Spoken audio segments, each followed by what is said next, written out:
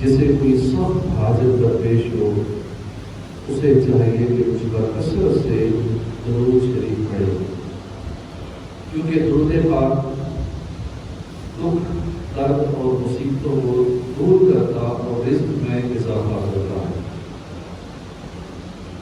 ایسا دعاؤں سے بڑھ کر دعا درود و سلام کہ رفع کرتا ہے ہر ایک بلا، درود و سلام۔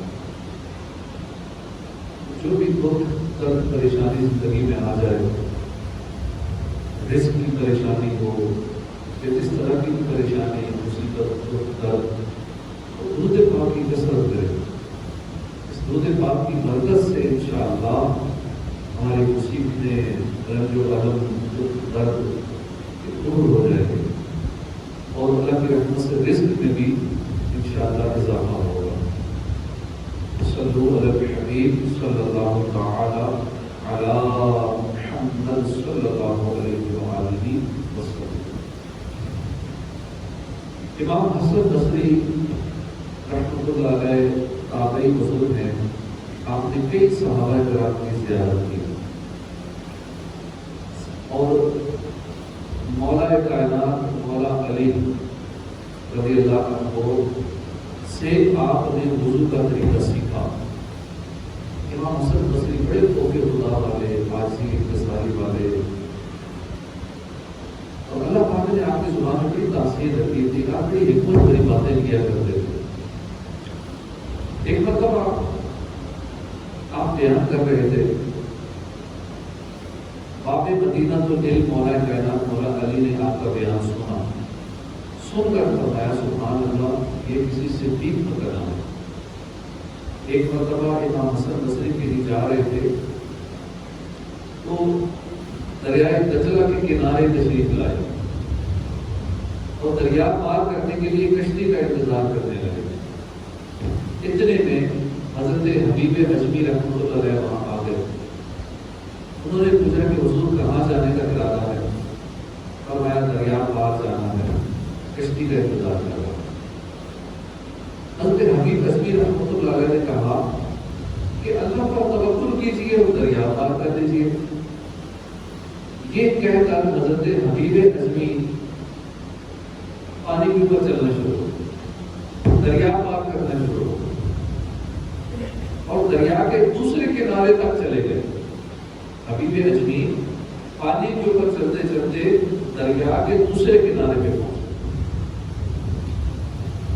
امام حسن بصری رحمۃ اللہ علیہ نے جب یہ منظر دیکھا، غش کھا کر گر پڑے، زمین پر تشریف لے آئے۔ لوگوں نے بے ہوشی کا سبب جب پوچھا تو فرمایا کہ حبیب اجمی نے مجھ سے علم سیکھا ہے، یعنی حبیب اجمی میرا شاگرد ہے۔ آج اسے بغیر کشتی کے دریا پار کرتے دیکھا تو مجھے قیامت کا منظر یاد آ گیا کہ روز قیامت جہنم کی پشت پر پورے صراط رکھا جائے گا اور اس سے گزرنے کا حکم ہوگا۔ اگر وہاں بھی ایسا ہی ہوا کہ میں وہ پل پار نہ کر سکا، لوگ پورے صراط سے گزر رہے ہوں گے اور میں محروم رہ گیا، تو میرا کیا بنے گا؟ بس اسی دہشت سے میں بے ہوش ہوں۔ پل صراط پار ہے تلوار کی بھی دھار سے تیز، کس طرح میں اسے پار کروں گا یار۔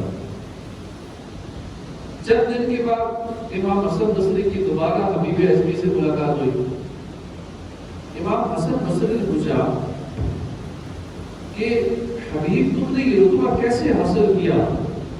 تم میرے شاگرد ہو، میں تمہارا استاد ہوں، تو تمہارا یہ مرتبہ کہ تم پانی پہ چلتے ہو دریا پار کر لیتے ہو، تم نے یہ رتبہ کیسے حاصل کیا؟ عرض کی حضور میں اپنے دل کی اصلاح کرتا رہا، میں اپنے دل کی اصلاح کرتا رہتا ہوں، اس وجہ سے اللہ نے مجھے یہ مقام عطا کیا۔ یہ سن کر امام حسن بصری نے عاجزی کرتے ہوئے فرمایا افسوس لوگوں نے میرے علم سے فائدہ اٹھایا مگر میں اپنے لیے کچھ نہ کر سکا۔ اللہ اکبر، اے عاشقان رسول غور کیجیے کہ ہمارے بزرگان دین کی سوچ کیسی نرالی ہوتی تھی کہ ہر وقت فکر آخرت میں مصروف رہتے. دیکھیے حبیب ازمی امام حسن بصری کے شاگرد ہیں. حقیقت میں حضرت حبیب ازمی کو جو بلند رتبہ ملا یہ حسن بصری کا ہی صدقہ ہے, انہی کا فیضان تھا. اس کے باوجود آپ حضرت حبیب ازمی کو دیکھ کر اترائے نہیں, آپ نے عاجزی کرنا ہے. خیال رہے کہ حسن بصری بھی بڑے باکرامہ ولی اللہ ہے. ایک روز دیکھا گیا کہ آپ نماز پڑھنے کے لیے پانی پر جائے نماز بچھا کے نماز پڑھ رہے تھے. ان کی بڑی پائی کی وجہ سے ایک مرتبہ سفر حج کے دوران آپ نے پہلے قافلہ کو کھجوریں تقسیم کی, کھجوریں دی. قافلے والوں نے کھجوریں کھائی, جو کھجوروں کے اندر سے جو کھجوریں نکلی وہ سونے کی تھی. سبحان اللہ. اے عاشقان رسول اندازہ کیجئے کہ ایسے بلند رتبہ ہونے کے باوجود امام حسن بصری نے جب حبیب ازمی کو پانی پر چلتا ہوا دیکھا تو کیسے فکر آخرت اپنائی. پورے صراط کے تصور میں ڈوب گئے. قیامت کا منظر یاد آ گیا. خوف خدا سے کانپتے, آئسی میں انکساری کرتے ہوئے اپنی اصلاح کے لیے فکر مند ہو گئے. افسوس ایک ہم ہے کہ دن رات ہمارا گناہوں کا میٹر چل رہا ہے اور چلتا چلا جا رہا ہے, چلتا چلا جا رہا ہے. اس کے باوجود نہ احساس ندامت ہے نہ خوف آخرت. میرے رسول لکھتے ہیں نا, عمر بدیوں میں ساری گزاری ہائے پھر بھی نہیں شرمساری. عمر بدیوں میں ساری گزاری ہائے پھر بھی نہیں شرمساری. بخش محبوب کا واسطہ ہے یا خدا تجھ سے میری دعا ہے. ہوں بظاہر بڑا نیک صورت کر بھی دے مجھ کو اب نیک سیرت. ظاہر اچھا ہے باطن برا ہے یا خدا تجھ سے میری دعا ہے. مغفرت کا ہوں تجھ سے سوالی پھیرنا اپنے در سے نہ خالی. مغفرت کا ہوں تجھ سے سوالی پھیرنا اپنے در سے نہ خالی. مجھ گنہگار کی التجا ہے یا خدا تجھ سے میری دعا ہے. یاد رکھیے کامیابی صرف اس طرح سے ملتی ہے. اس دنیا میں کوئی بھی دوسروں کے کندھے پر کھڑا ہو کر بلند نہیں ہو سکتا.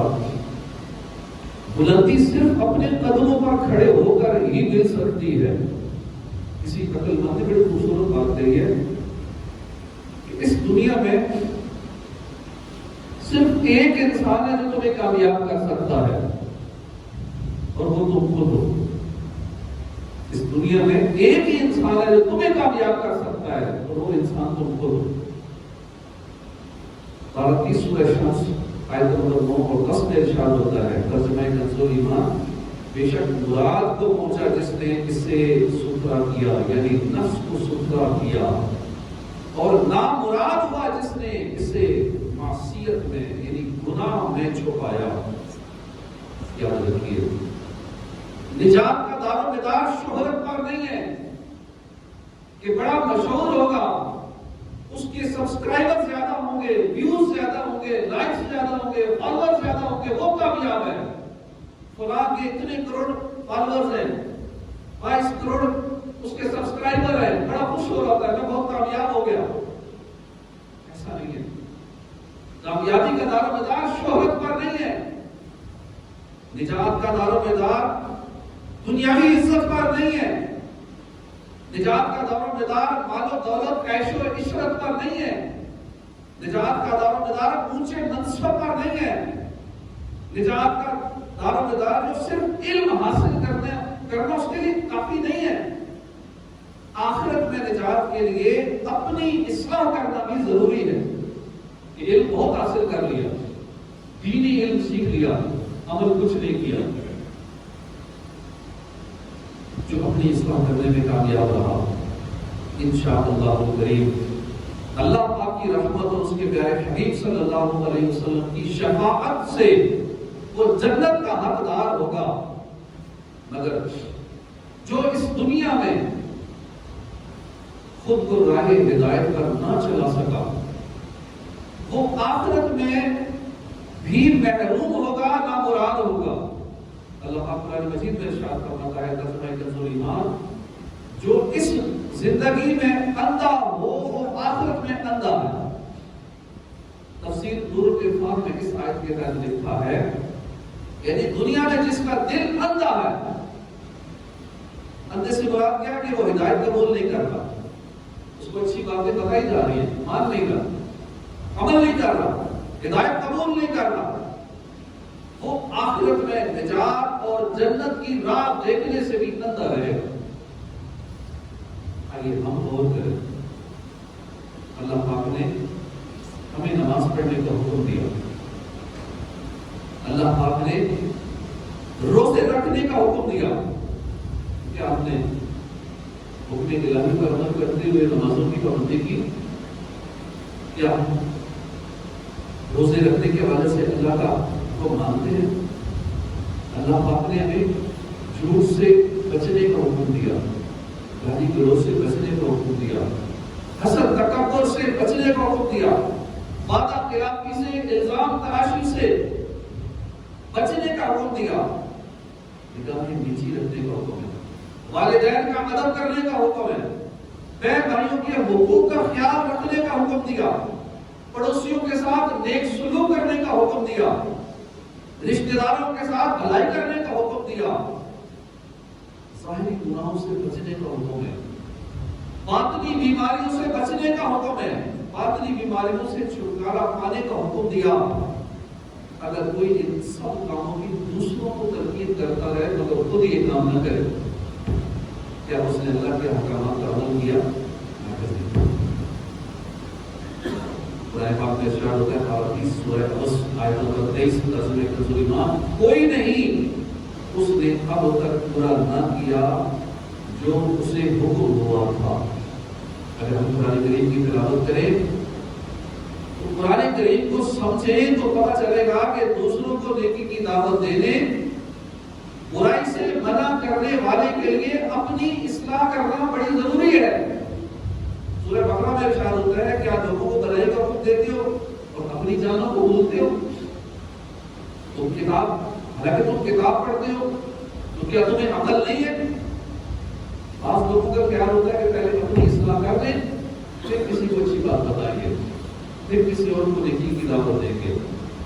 یہ بھی غلط نظریہ ہے، یہ بھی غلط ہے کہ دوسروں کو نیکی کی دعوت دیں، خود عمل نہ کریں، خود گناہ کرتے رہیں، یہ بات بھی ٹھیک نہیں ہے۔ اور یہ بھی نظریہ ٹھیک نہیں ہے کہ پہلے میں صحیح ہو جاؤں پھر میں نیکی کی دعوت دوں، یہ دونوں نظریے غلط ہیں۔ ہم نے اپنی بھی اصلاح کرنی ہے اور نیکی کی دعوت بھی دینی ہے۔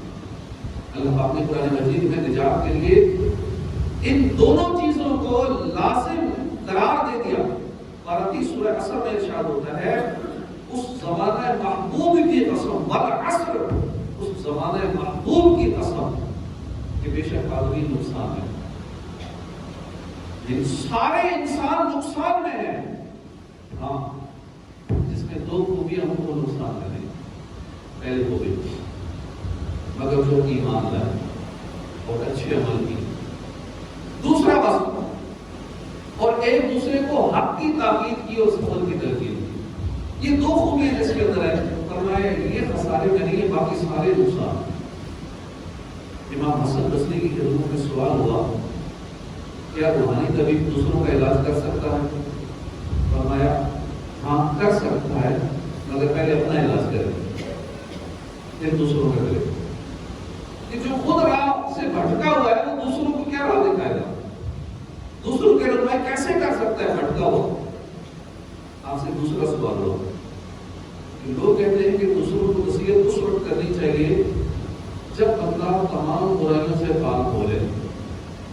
فرمایا شیطان تو یہی چاہتا ہے کہ نیکی کی دعوت دینے اور برائی سے منع کرنے کا دروازہ بند ہو جائے، یعنی ہر شخص اگر اپنی اصلاح میں لگ جائے، دوسروں کی اصلاح کی کوشش نہ کرے، خود کو سدھارنے سے پہلے نیکی کی دعوت بالکل نہ دے، تو اس صورت میں نیکی کی دعوت کا کام بالکل بند ہو جائے گا، اور شیطان یہی چاہتا ہے۔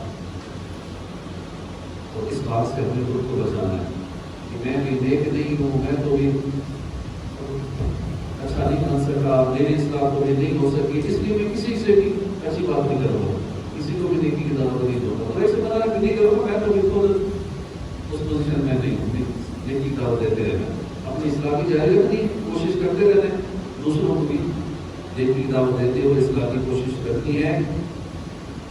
ہمیں ہر لمحہ اپنی اصلاح کی ضرورت ہے، چاہے کوئی ڈاکٹر ہے، وکیل ہے، کوئی انجینئر ہے، کوئی جج ہے، بادشاہ ہے، غلام ہے، امیر ہے، غریب ہے، سیٹ ہے، مزدور ہے، عالم ہو یا جاہل ہو، سائنسدان ہو یا دکاندار ہو، کوئی کسی بھی رتبے پر ہو، ہر ایک کو اپنی اصلاح کرنا ضروری ہے، اپنی اصلاح میں مصروف رہنا ہر ایک کے لیے ضروری ہے۔ اپنی اصلاح سے غافل ہو جانا یہ عذاب الہی کی ایک صورت ہے۔ پارہ 28 سورۃ الحشر آیت نمبر 19 میں اللہ پاک فرماتا ہے تم جیسے نہ ہو جو اللہ کو بھول بیٹھے، اللہ نے انہیں بلا میں ڈالا کہ اپنی جانیں یاد نہ رہی، وہی فاسق ہیں۔ اپنی اصلاح کی اچھی بات پتہ ہے کہ تو غصہ نہیں آنا چاہیے، لیکن آج کل یہ شیطان کا حال ہوتا ہے کہ عوام تو عوام ہے، بس بھی لوگ کی بات کا کچھ ایسے ہیں کہ جن کی اصلاح کی جائے، کہتے میں تو اپنے عرصے سے کتنا بڑا مولوی ہوں، پھر مجھے یہ بات بتا رہے ہو، میری اصلاح کر رہے ہو، میں تو اتنے عرصے سے نمازیں پڑھا رہا ہوں، تو مجھے نماز کا یہ مسئلہ بتا رہے ہو، میں نے نماز غلط پڑھائی۔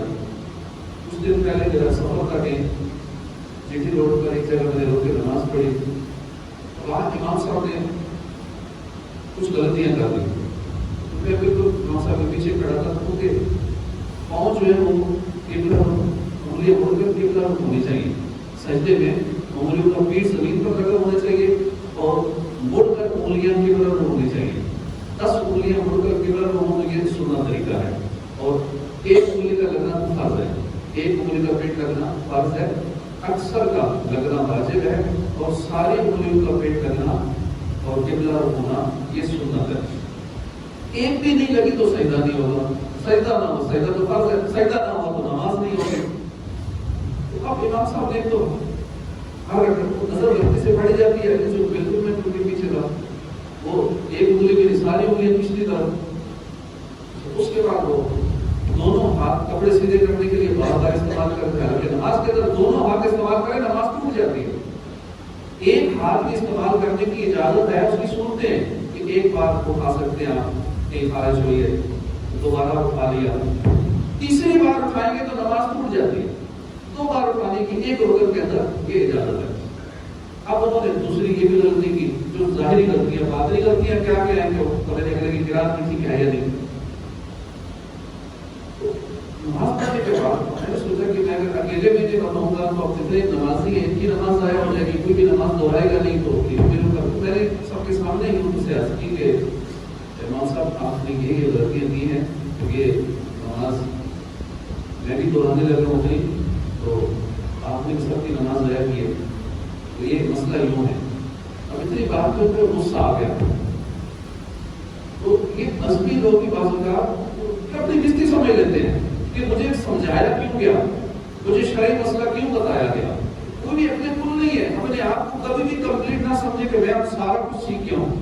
یہ مسئلہ تو میں نے سنا ہی نہیں، یہ بات تو میں پہلی بار سن رہا ہوں. بھائی آپ نے باتیں کتنی سنی ہے؟ علم دین تو ایسا سمندر ہے کہ آپ اگر 100 سال بھی پڑھتے رہے پھر بھی نہیں کہہ سکتے کہ میں نے سارا کچھ سیکھ لیا، میں تو کمپلیٹ ہو گیا ہوں، مجھے نماز کے سارے مسئلے آ گئے، مجھے ساری باتیں آ گئی ہیں. تو کوئی بندہ دعویٰ نہیں کر سکتا. خاص کر یہاں بھی کسی کو اگر بات بتائے تو میں نے تو پہلی بار سنی ہے، میں نے زندگی میں کبھی یہ مسئلہ نہیں سنا. نہیں سنا ہوگا آپ نے تو لاکھوں مسئلے نہیں سنے، ایک مسئلہ کیا ہے. تو اس لیے کبھی اڑنا نہیں چاہیے. اگر کوئی ہمیں سمجھائے، ہماری اصلاح کرے، ہماری نماز کی غلطی ہمیں بتائے تو ہمارا فائدہ کر رہا ہے، وہ ہمارا خیر خواہ ہے، ہمیں اس کا شکریہ ادا کرنا چاہیے، نہ کہ غصے میں آ جانا چاہیے. اللہ کرے ہمیں اپنی اصلاح کا ذہن نصیب ہو جائے. یہ بہت مشکل کام ہے، اپنے اعمال کا جائزہ لینا، اپنی غلطیاں نکالنا، یہ بہت مشکل کام ہے. دوسروں کی غلطیاں نکالنا بہت آسان کام ہے، بڑا مزے والا کام ہے. اللہ پاک کی حکمت ہے کہ اللہ پاک نے یہ آنکھیں چہرے پر لگائی ہیں، اور یہ آنکھیں جو ہے یہ صرف سامنے دیکھتی ہیں. اپنے گریبان میں جھانکنے کے لیے جو سر جھکانا پڑتا ہے، صرف سامنے دیکھتی ہے. اپنے آپ کو دیکھنا تو سر جھکانا پڑتا ہے، اور یہ سر جھکانا ہی ہے دنیا کا مشکل ترین کام. لیکن جو سر جھکا لیتا ہے، جو اپنے گریبان میں جھانک لیتا ہے، وہ ہمیشہ کامیاب رہتا ہے. حدیث پاک میں ہے کہ اللہ پاک جس کے لیے بھلائی کا ارادہ فرماتا ہے اسے اپنے عیبوں پر خبردار کر دیتا ہے، اسے اپنے عیب دکھا دیتا ہے.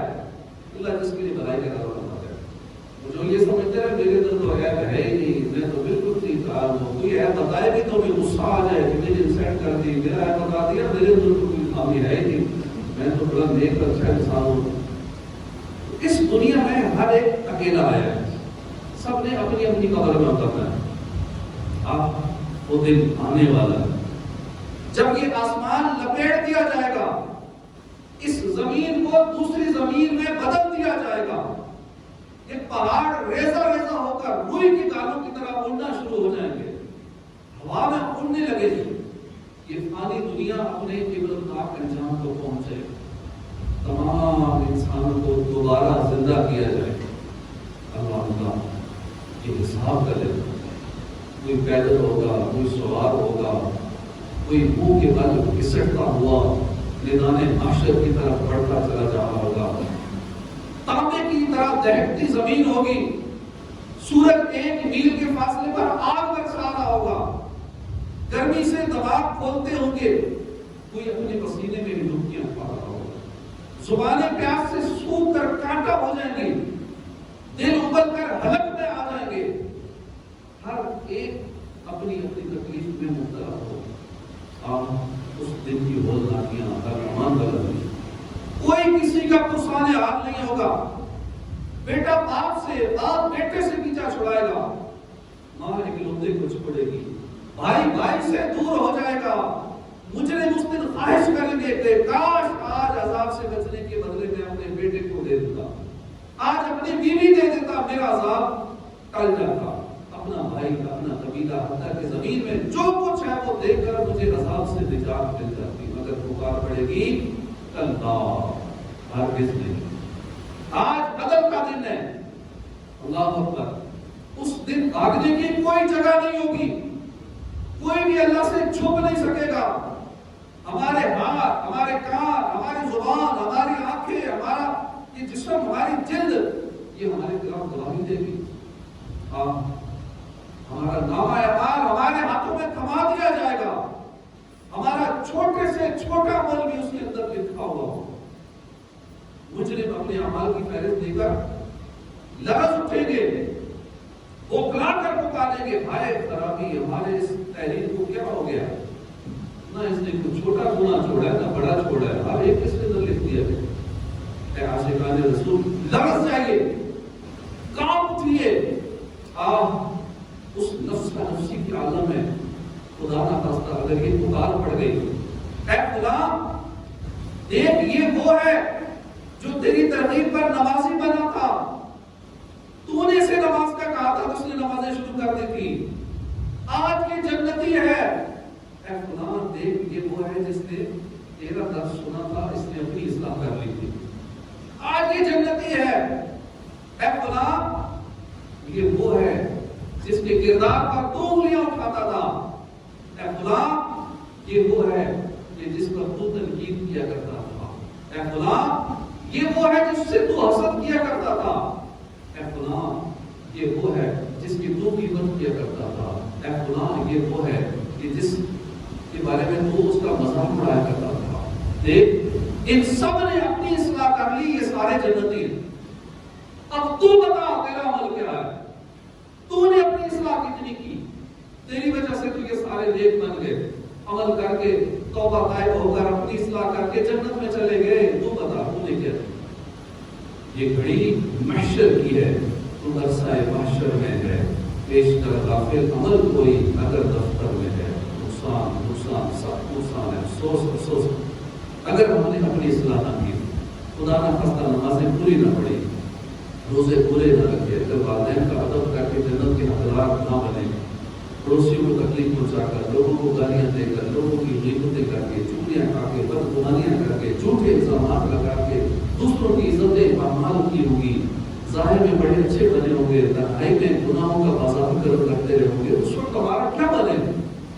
اگر مجھے قیامت پکڑ ہو گئی، ہم کمزور کہاں جائیں گے؟ آئے کتنی شرمندگی ہوگی، جہنم کا ہولناک عذاب کیسے برداشت کریں گے؟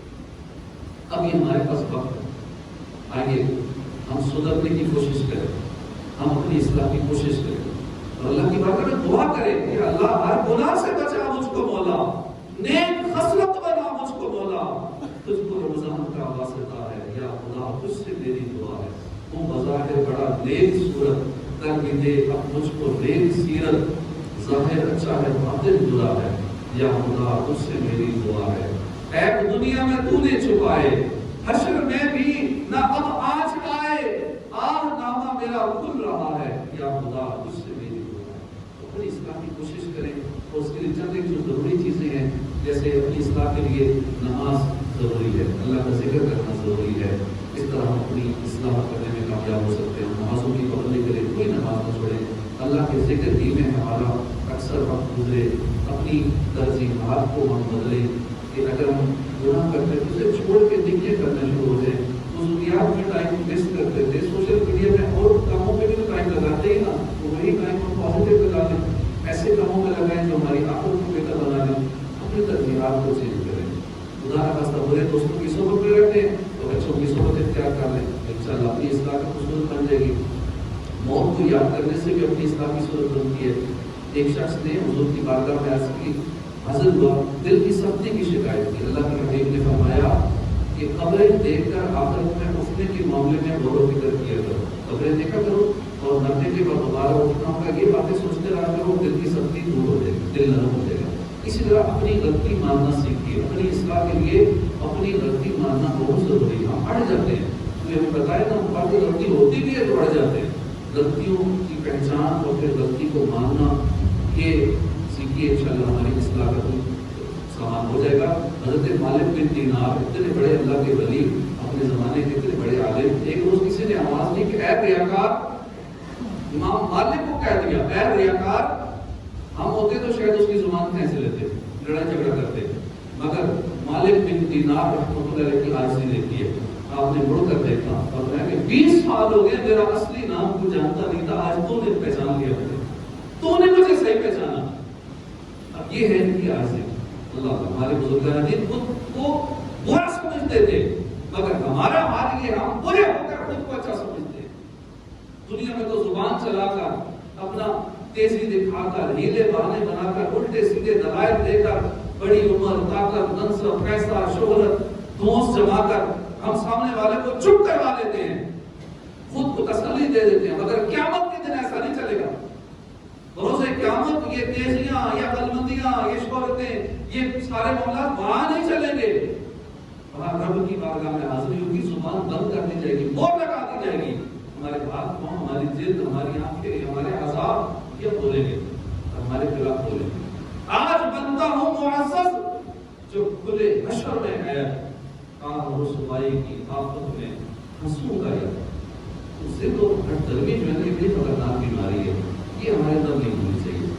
اگر یہ ہوگی تو پھر اصلاح کرنی جو ہے بڑی مشکل ہو جاتی ہے۔ اپنی غلطی یہ ہمیں پہچاننی چاہیے، پھر اسے ماننا بھی چاہیے۔ اور آخری بات جو ہے کہ ہمیں روزانہ کا یہ معمول بنانا چاہیے کہ ایک چیز ہوتی ہے اپنے آپ سے معاہدہ کرنا، معاہدہ اور اس کے بعد مراقبہ اور محاسبہ، یہ تین چیزیں، معاہدہ، مراقبہ اور محاسبہ۔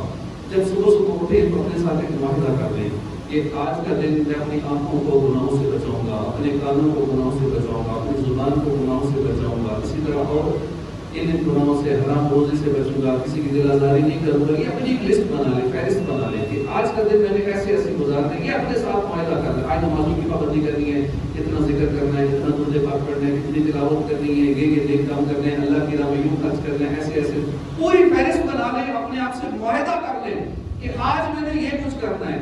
اب اس کے بعد اگلا اسٹیپ ہے پھر سارا دن مراقبہ کرتے رہے۔ مراقب کے گھر کی زبان میں نا CCTV جو کیمراز ہوتے ہیں جس کو مراقب یا نگران یا یہ کہتے ہیں، تو اب مراقبہ کرنا ہے، اپنا جو کچھ معاہدہ کیا تھا اپنے ساتھ کہ آج میں نے ایسے دن گزارنا ہے، اب سارا دن اس کی CCTV ویڈیوز بنائیں، اس کی نگرانی کریں کہ جو کچھ میں نے اپنے آپ سے وعدہ کیا تھا کہ میں کر رہا ہوں یا نہیں کر رہا۔ اچھا، سارا دن اس طرح گزارنے کے بعد اب اینڈ پہ اپنا محاسبہ کریں رات کو روزانہ سونے سے پہلے کہ میں نے صبح اپنے ساتھ یہ معاہدہ کیا تھا، اب ان کاموں میں سے میں نے کتنے کام کیے کتنے نہیں کیے۔ میں نے نیت کی تھی کہ آج کوئی نماز نہیں چھوڑوں گا، جماعت سے نمازیں پڑھوں گا، کتنا ذکر کروں گا، کتنی تلاوت کروں گا، کیا میں نے یہ کام کیے یا نہیں کیے۔ اس طرح اپنا محاسبہ کرے گا، معاہدہ کرے گا اپنے ساتھ، پھر مراقبہ کرے گا، اس کے بعد اپنا محاسبہ کرے گا تو انشاءاللہ اصلاح کی